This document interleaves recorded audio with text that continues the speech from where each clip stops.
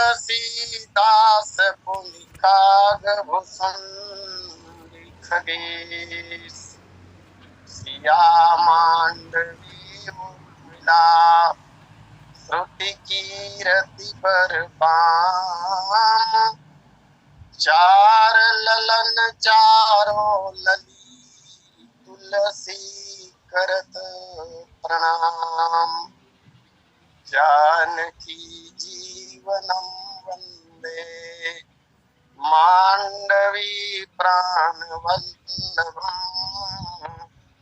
उर्मिलारमणं वंदे कीर्तिकान्तं नमाम्यहम् प्रभु अवतार कथा पुनि गाई भगवती सुचरित कहे सी मन लाई अरुण चरण पंकज नख ज्योति कमल दलनि बैठे जन्मोती। बोलिए श्यावर रामचंद्र की जय। श्री सीतारामचंद्र जी महाराज श्री राम कथा के आद्य आचार्य भगवान भूत भावन शंकर जी श्री सीताराम जी के चरण कमलों में नित्य अनुराग रखने वाले अंजनी नंदन हनुमान जी महाराज कालजयी ग्रंथ श्रीमद् रामचरितमानस के प्रणेता निष्पूज्यपाद गोस्वामी जी महाराज श्री राम कथा सत्संग लिंक से जुड़े हुए समस्त समादरणीय महानुभावों और चनिया वंदनीय पूजनीय माताओं तथा बहनों, इस पावन कार्यक्रम के संयोजक एवं संचालक आदरणीय श्री पटेल जी, आज के प्रथम लिंक के वक्ता एवं इस समिति के युवराज भाई सिन्हा जी, और तृतीय लिंक में हम जिन्हें सुन पाएंगे पंडित वैष्णव जी महाराज, जो मानस जी के बहुत ही अच्छे वक्ता हैं। आइए विनम्र भाव से आप सबके प्रति कृतज्ञता ज्ञापित करते हुए कथा यात्रा पर चलने का प्रयास करें। भगवान की शिशु लीला पर कथा विगत कुछ दिनों से गतिमान है। कल की कथा में हमने पाया था, जैसा कि गोस्वामी जी महाराज कहते हैं, अरुण चरण पंकज नख ज्योति कमल दलनि बैठे जन्मोती। इस प्रसंग में पहले भगवान के नाम के संबंध में वर्णन किया गया, जैसा कि तदपि अधिक सुख सागर रामा, और नाम के पश्चात भगवान के रूप सौंदर्य की विशद चर्चा गोस्वामी जी महाराज कर रहे हैं। इस प्रसंग में भगवान के अंग प्रत्यंग की चर्चा हो रही है और मानस गूढ़ार्थ चंद्रिका के लेखक स्वामी प्रज्ञानानंद सरस्वती महाराज के अनुसार भगवान 4 महीने के हो चुके हैं। गोस्वामी जी महाराज ने जो पंक्ति यहाँ पर दी वो बड़े काम की पंक्ति है और सामान्य अर्थ के साथ साथ इसका संकेत भी बहुत अच्छा है। अरुण चरण पंकज नख ज्योति, भगवान के चरण कमल, भगवान के चरणों के तलुए लाल लाल हैं और भगवान के चरणों की उंगलियों में जो नख विराजमान हैं, उनकी ज्योति ऐसी जान पड़ती है मानो कमल दल के ऊपर अथवा कमल दलों के ऊपर मोती बैठे हों। सारा विश्व जानता है, कमल दल के ऊपर जब पानी की बूंदें पड़ती हैं तो उसमें वो ज्यादा देर टिकती नहीं है। भगवान के चरण कमलों का वर्णन करते हुए कहा गया कि भगवान के चरण के तलुए तो लाल लाल हैं, लेकिन चरण पीठ ऊपर का भाग, जैसा कि कल निवेदन किया गया था, श्याम रंग, ऊपर का भाग श्याम रंग का और तलुए का हिस्सा लाल लाल है। उंगलियों पर सुंदर नाखून ऐसे लग रहे हैं मानो लाल कमल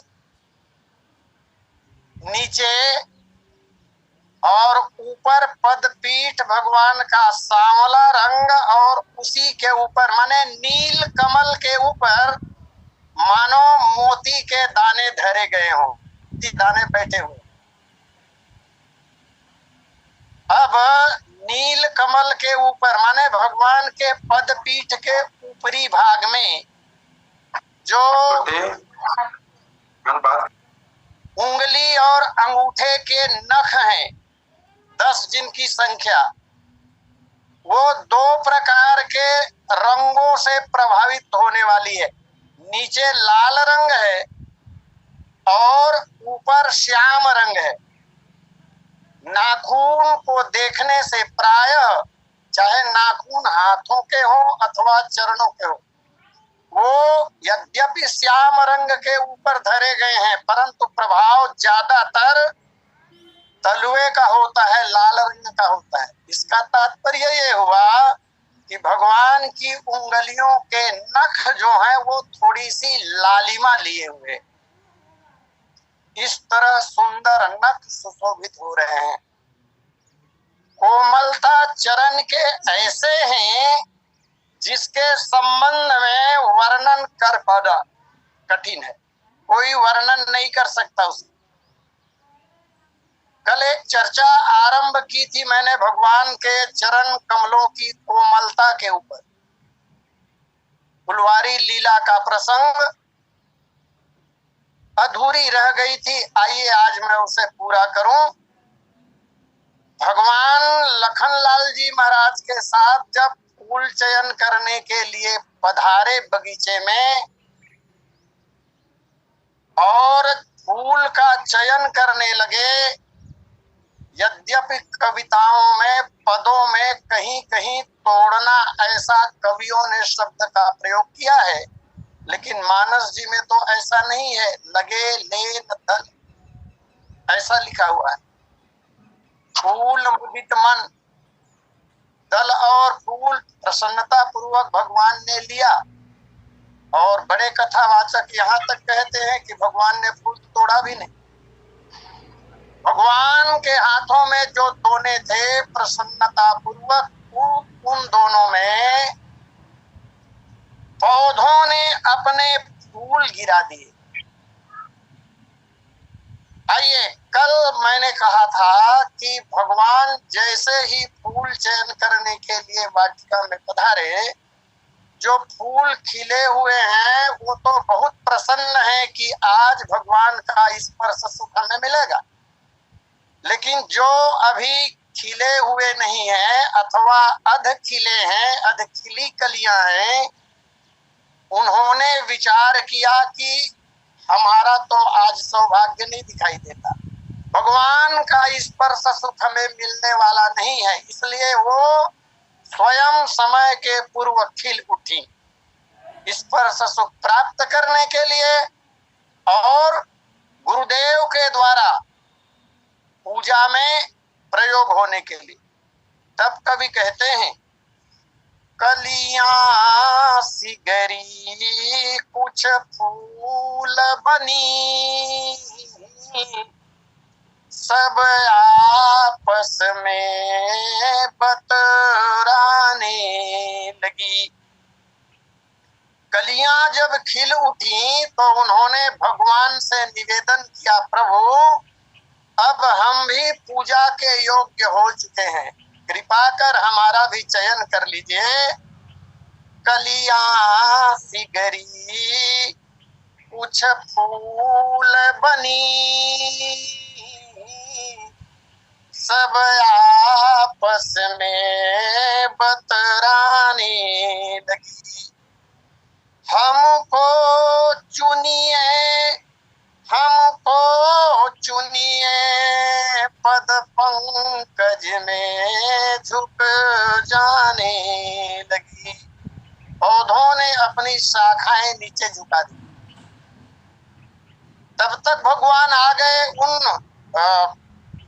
फूलों के पास, और जैसे ही फूल भगवान के चरणों की ओर झुकते हैं, भगवान के पाद पंकजों का दर्शन जब फूलों ने किया, देखा भगवान के चरण कमल अत्यंत कोमल है।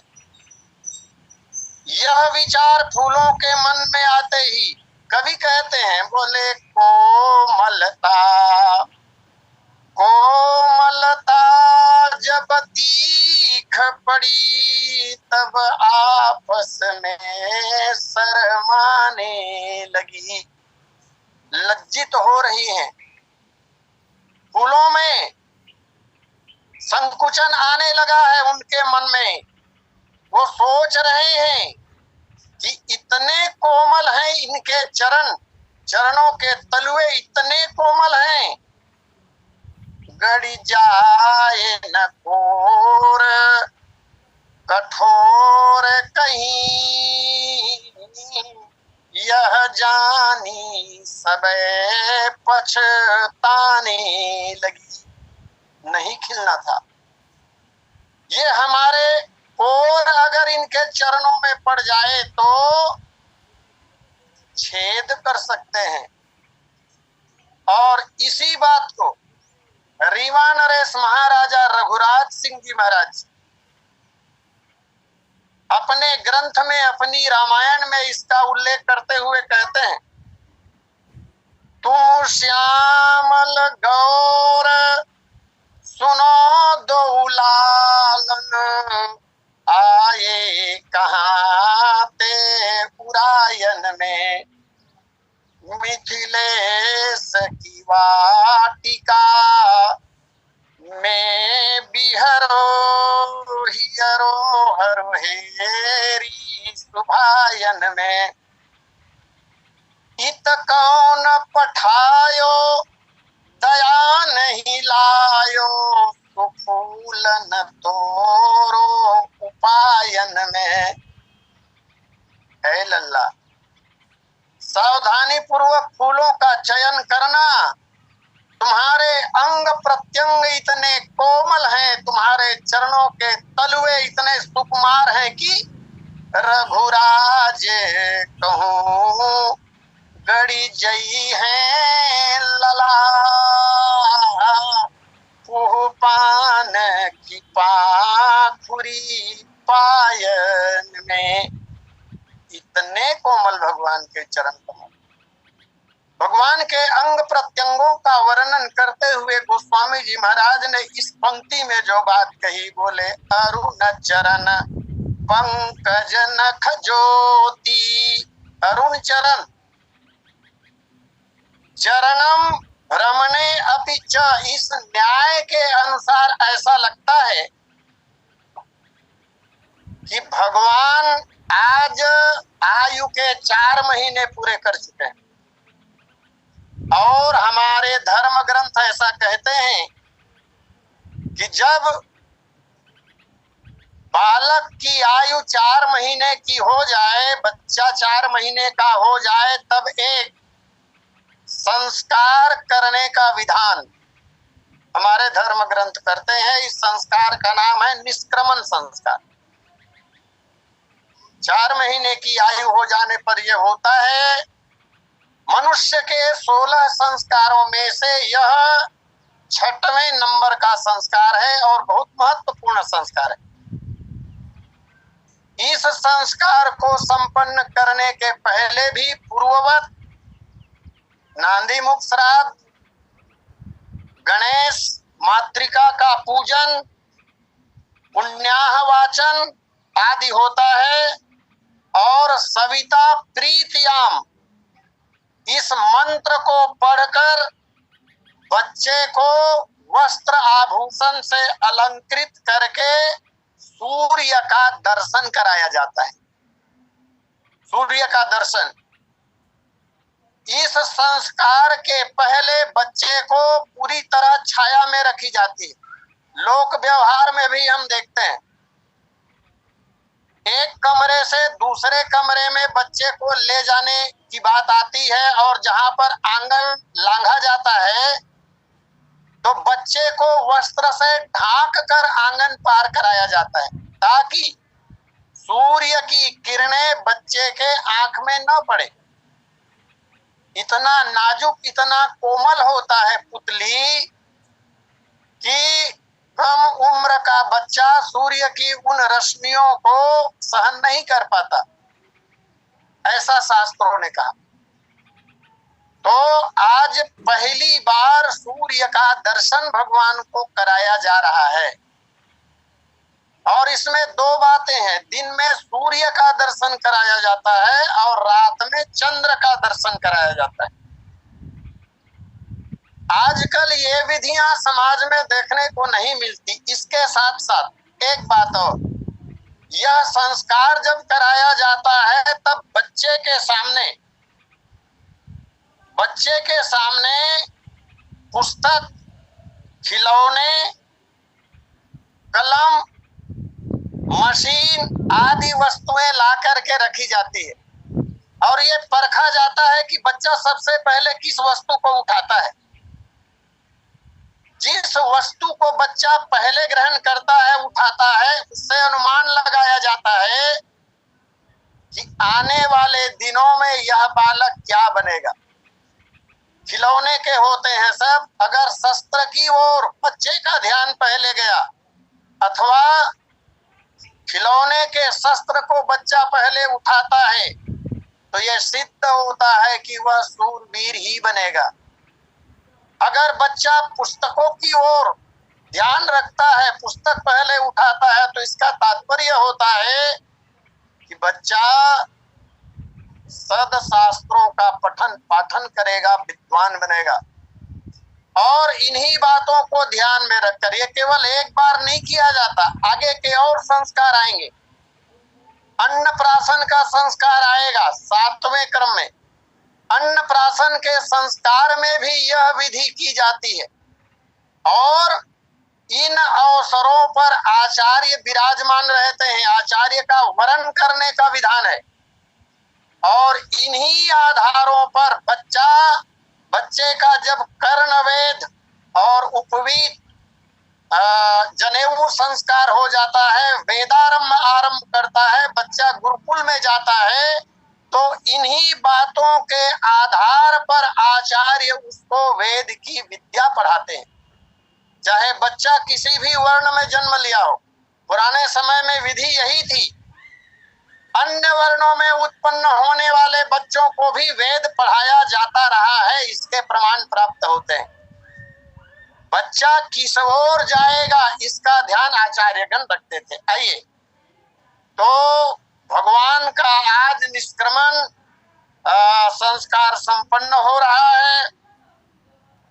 वस्त्राभूषण से प्रभु राम सुसज्जित हैं और घर से बाहर लाकर सूर्य का दर्शन अम्बा कौशल्या ने कराया और भगवत विग्रह के सामने जो कुल देवता होते हैं उसके सामने शिशु को लिटाकर प्रणाम कराया जाता है और पुरोहित आदि जो वहां होते हैं बड़े बूढ़े लोग, वो शुभ आशीर्वाद प्रदान करते हैं। यहाँ भगवान के तलुओं का वर्णन है, जैसा कि आरंभ में ही मैंने निवेदन किया था, जो रंग से लाल है। वैसे भगवान के केवल तलुए ही नहीं, भगवान के तलुए भी, भगवान की हथेलियां भी और भगवान के होठ भी लाल ही हैं, बाकी अन्य अंग भगवान के नीले हैं। एक बात विचारनी है यहाँ पर, बहुत छोटी सी बात लेकिन महत्वपूर्ण लगती है। जब गोस्वामी जी महाराज ये वर्णन कर रहे हैं कि भगवान के चरण के तलुए लाल हैं और ऊपर पद पीठ में जो नख हैं वही मान लो मोती हैं, तो विचार मन में आता है दोनों चीजें तो एक साथ दिखेगी नहीं। व्यवहार की दृष्टि से देखें तो जब हम तलुओं को कब देखा जाएगा, किसी के चरण के तलुए कब दिखेंगे? भगवान तो अभी बालक हैं, माँ की गोदी में ही रहते हैं, बस बैठने लगे हैं, पलटी होने लगे हैं भगवान अभी। तो ऐसा लगता है कि भगवान जब औंधे हुए होंगे, भगवान जब पेट के बल लेटे होंगे, तभी दोनों चरणों के दोनों तलवे स्पष्ट रूप से दिखे होंगे, अन्यथा नहीं दिख सकते। अगर गोद में सीधा होगा बालक तो चरण पीठ दिखाई देगा, चरण के तलवे नहीं दिखाई देंगे। यहाँ तलवे दिखाई पड़े, इसका तात्पर्य ये हुआ कि भगवान औंधे लेटे हुए हैं।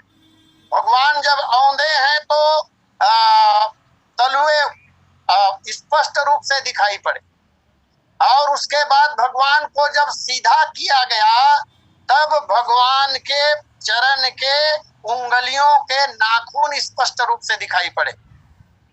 और तब गोस्वामी जी महाराज कह रहे हैं कि अरुण चरण पंकज नख ज्योति कमल दलानी बैठे जनु मोती।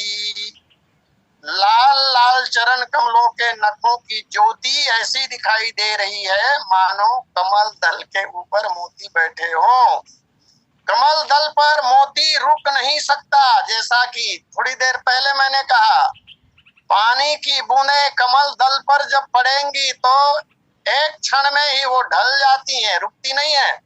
लेकिन चरण में नख तो रुकने वाली बात ही नहीं है, नख तो स्थिर लगे हुए होते हैं सबके। इसलिए यहाँ पर उत्प्रेक्षा की कवि ने की, मानो बैठे हो अर्थात स्थिर हो गए हो, माने नख रूपी मोती मानो भगवान के पद पीठ में स्थिर हो गए हो। और स्थिर हो जाने का तात्पर्य ये होता है मानो मोतियों ने, ये सफेद मोती है क्योंकि नाखून स्वच्छ होते हैं, शुभ्र होते हैं, इनका मूल रंग शुभ्र ही है, लेकिन इन मोतियों ने जब संगति कर ली ना, संगति कर ली नीचे के लाल कमल के रंग के साथ, तब इन मोतियों ने माने नखों ने अपना रंग का त्याग कर दिया और अरुण कमल का रंग ग्रहण कर लिया। इसलिए नाखून में लालिमा आ गई है। नखों में तलुओं की अरुणाई स्पष्ट रूप से झलक रही है, और इसका चित्रण गोस्वामी जी महाराज गीतावली में बहुत सुंदर ढंग से करते हैं। बोले श्याम बरन पद पीठ अरुण तल लसत विसद नख श्रेणी जनु रवि सुता शारदा सुरसरी मिल चली ललित त्रिवेणी। गीतावली उत्तरकांड 15वें पद की दूसरी पंक्ति। श्याम बरन पद पीठ अरुण तल लसद विसद नख श्रेणी। तल जो है लाल, पीठ जो है श्याम, और उसके ऊपर नख, नख की अनुपम ज्योति। किसी ने बाबा जी से पूछा होगा गोस्वामी जी महाराज से, बोले महाराज ये दृश्य लग कैसा रहा है? तब गोस्वामी जी महाराज उस दृश्य का वर्णन करते हुए कह रहे हैं, जनु मानो जनु रवि सुता शारदा सुरसरी मिली चली ललित त्रिवेणी। मानो भगवान के चरण कमलों में प्रयागराज ही आ गया हो, त्रिवेणी, तीन तरह की धाराएं यहाँ बह रही हैं। कौन कौन सी? तो बोले जनु रवि सुता। रवि सुता अर्थात माँ यमुना। यमुना जी के जल का रंग श्याम माना गया है। भगवान के चरण के जो पीठ है, ऊपर के भाग है, यही माता यमुना है। शारदा सुरसरी, शारदा अर्थात सरस्वती, और सरस्वती त्रिवेणी संगम की चर्चा जब आती है तो कहते हैं वहां तीन धाराओं का संगम है, गंगा, यमुना और सरस्वती। लेकिन दो स्पष्ट हैं, गंगा और यमुना, और सरस्वती जो है वो विलीन है। परंतु ग्रंथों में ऐसा वर्णन प्राप्त होता है कि सरस्वती माता के, सरस्वती का जो जल है उसकी रंग में लालिमा है, यमुना जी है श्याम रंग की, और गंगा मैया का जल धवल है। ये वर्णन प्राप्त होता भी है जब चित्रकूट की यात्रा में भरत जी जाते हैं भगवान राम को मनाने के लिए तब। और ये तो अद्भुत त्रिवेणी है जहाँ गंगा की धारा से आवाज निकलती है। अन्य नदियों की धारा भले न बोलती हो, अन्य जल भले न बोलते हो, लेकिन प्रयागराज में जो मैया गंगा विराजमान है वहां से तो आवाज निकलती है। जब भरत जी ने कहा, बोले मांगऊ भीख, मांगऊ भीख त्यागी निज धर्म।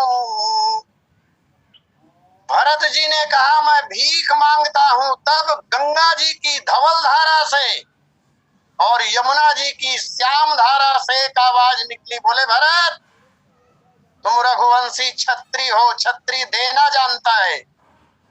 तुम्हारे वंश में जितने पूर्वज हुए हैं उन्होंने जगत को केवल दिया है, मांगा किसी से नहीं। और तुम रघुवंशी छत्री होकर भीख मांगने की बात करते हो, भीख मांग रहे हो भरत, ये तुम्हारा धर्म नहीं है। और तब भरत जी ने आगे जो बात कही, बोले मांगऊ भीख त्यागी निज धर्म, आरत काहन करई कुकर्मु। दुखी व्यक्ति क्या नहीं करता, और मैं भी आज अत्यंत दुखी हूँ। अरे भाई भरत, तुम्हें किस बात का दुख? अयोध्या के नरेश घोषित किए गए हो, दुख किस बात का? सारा जगत जानता है। देखे बिन रघुबीर पद, जिय के जरनी न जाई। भगवान के चरण कमल के ये तीन रंग, तीन रंगों की उपमा मानो त्रिवेणी प्रवाहित हो रही है। और सब जानते हैं गंगा जी का जल अगर धोखे से भी एक बूंद मुंह में चला जाए तो मुक्ति प्रदाता है, मुक्ति ऐसे ही मिल जाती है। इसी तरह भगवान के चरण कमलों में मैया यमुना, मैया सरस्वती और मैया गंगा की त्रिवेणी प्रवाहित हो रही है। उन चरणों का दर्शन को छोड़ दीजिए, बिल्कुल स्मरण भी अगर हो गया तो जीवन मुक्त हो सकता है, बशर्ते स्मरण जैसा हो। अगर उन पाद पंकजों का, भगवान के उन चरण कमलों का स्मरण भी मन में हो गया तो जीवन सार्थक हो सकता है। ऐसे सुंदर चरण कमल भगवान श्री रामचंद्र जी महाराज के, जहाँ तीर्थराज प्रयाग विराजमान है। और हम लोग तो बड़े सौभाग्यशाली हैं, हम लोग बड़े सौभाग्यशाली हैं। नियमित इस लिंक में जो राम कथा होती है, राम कथा प्रवाहित हो रही है, भगवान के पाद पंकजों की सुंदर चर्चा, ये वही प्रयागराज है जहाँ की सुरसरी मैया गंगा भक्ति के रूप में भगवान भोलेनाथ महादेव के हृदय में विराजमान रहती हैं। और तब गोस्वामी जी महाराज कहते हैं गीतावली में, बोले राम चरण अभिराम काम प्रद। जैसा कि मैंने अभी कहा, भगवान के चरणों का स्मरण भी अगर हो जाए, जीते जागते को भी छोड़ दिया जाए, स्वप्न में भी अगर भगवान के इन पाद पंकजों का स्मरण हो गया तो चारों फल प्राप्त होकर ही रहेंगे। राम चरण अभिराम, सुंदर चरण कमल भगवान के हैं। कैसे? तो बोले काम प्रद, तीर्थराज विराजय, शंकर हृदय भगति भूतल पर, प्रेम अक्षय वट भ्राजय। उन चरणों में प्राणी के प्रेम का हो जाना, यही तो तीर्थराज प्रयाग का अक्षय वट है, यही अक्षय वट है। थोड़ा प्रेम भगवान के चरणों में हो जाए, इसलिए अक्षय वट, क्योंकि भगवान के चरणों को जब भगवान के चरणों को तीर्थराज कह दिया गया, तो तीर्थराज प्रयाग में जितनी बातें हैं, जितने तत्व हैं, वो सब भगवान राम के चरणों में स्पष्ट करते हैं कवि। पदुम राग रुचि मृदु पद तल, ध्वज अंकुश कुलिस कमल यही सूरती, और ही आनी चहु विधि भगतन की, जनु अनुराग भरी अंतर्गति। मानस जी में भी भक्त 4 प्रकार के कहे गए हैं, फल भी 4 प्रकार के कहे गए हैं।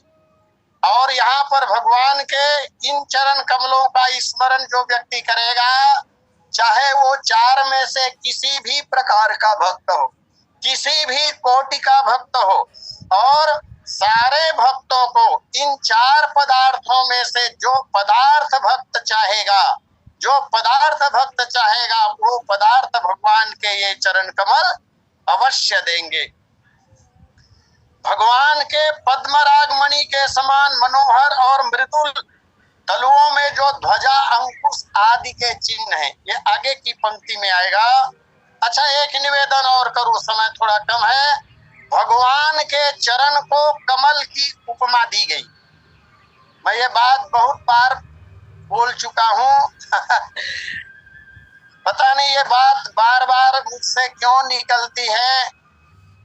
बात यह कि शब्दों का हम लोग इतना दुरुपयोग करते हैं, किसी के भी आज लोक व्यवहार में किसी के भी हाथ को और पैर को हम लोग चरण कमल कर कमल कहते हैं। भाई, जिन व्यक्तियों के चरणों में या हाथ में कमल के लक्षण दिखाई देते हो, उनके चरणों को चरण कमल कहें, उनके हाथ को कर कमल कहें तो ठीक है, अन्यथा ये तो शब्दों की गरिमा को घटाने वाली बात हो गई। हजारों हजारों लोगों का शोषण करने वाले, हजारों लोगों को प्रताड़ित करने वाले लोगों का आगमन भी जब होता है, तो शिला पट्टिका में यही लिखा जाता है कि आज दिनांक अमुक अमुक को अमुक के कर कमल। क्या ऐसे हाथ को कर कमल कहा जाना चाहिए? अच्छा, क्या वे चरण जो गलत मार्गों की ओर व्यक्ति को ले जाते हैं, उनके चरणों को चरण कमल कहा जाएगा? बिल्कुल भी नहीं। भगवान के चरण जो है वही चरण कमल है, और इसलिए है क्योंकि कमल में 6 विशेषताएं पाई जाती। कल की कथा में भी मैंने अनुरोध किया था, कमल में 6 लक्षण पाए जाते हैं, 6 दिव्य विशेषताएं हैं। एक श्लोक शास्त्रों में पढ़ने को मिलता है, बोले कमलम मधुरम वर्ण्यम, शीतलम कफ पित्त जित, तृष्णा दाहास्त्र विस्फोट, विष सर्प विनाशनम। कमल मधुर होता है, कमल का रंग सुंदर होता है, और इसका एक धर्म है, कमल में शीतलता होती है। कफ और पित्त को यह शांत करने वाला होता है। प्यास और दाह तथा रक्तपित्त और विसर्प नामक रोग का नाश करने वाला होता है। अब जितने लक्षण इस प्राकृतिक कमल में होंगे, यह कहना ज्यादा ठीक होगा कि कमल में ये गुण कम मात्रा में भले होंगे, क्योंकि कमल प्राकृतिक है। ये कमल भगवान के द्वारा उत्पन्न किया हुआ है। भगवान के चरण कमलों में तो ये गुण जैसे समुद्र में जल भरा होता है, इस मात्रा में होगा ना। इसलिए गोस्वामी जी महाराज ने कहा, इसलिए गोस्वामी जी महाराज कहते हैं, अरुण चरण पंकज नख ज्योति, अब कमल दलनी बैठे जनमोती। आगे भगवान के अंगों का वर्णन करते हुए, अभी तो चरण कमल का ही वर्णन चल रहा है। जब भगवान के तलवे की बात आई, किसी ने गोस्वामी जी महाराज से पूछा होगा, बोले महाराज भगवान के चरण कमल में रेखाएं कौन कौन सी हैं, कौन कौन सी रेखाएं हैं महाराज? गोस्वामी जी महाराज ने कहा, बोले रेख कुलिस, रेख कुलिस ध्वज अंकुश सोहे, नूपुर धुनि सुनि मुनि मन मोहे। रेख कुलिस, यहाँ गोस्वामी जी महाराज भगवान के चरण के तलवे में केवल 4 चिन्हों का वर्णन करते हैं, लेकिन इसका यह अर्थ नहीं है कि भगवान के चरणों में केवल 4 चिन्ह रहे होंगे। सारे शास्त्र, सारे ग्रंथ कहते हैं कि भगवान के प्रत्येक चरणों में 24 रेखाएं थी। आइए, समय पूर्णता पर है, अस्तु अपनी वाणी को यहीं विराम देते हुए शेष चर्चा कल के लिए और सादर आमंत्रित करना चाहूंगा आदरणीय पटेल जी को। बोलिए सियावर रामचंद्र की जय। समेत महे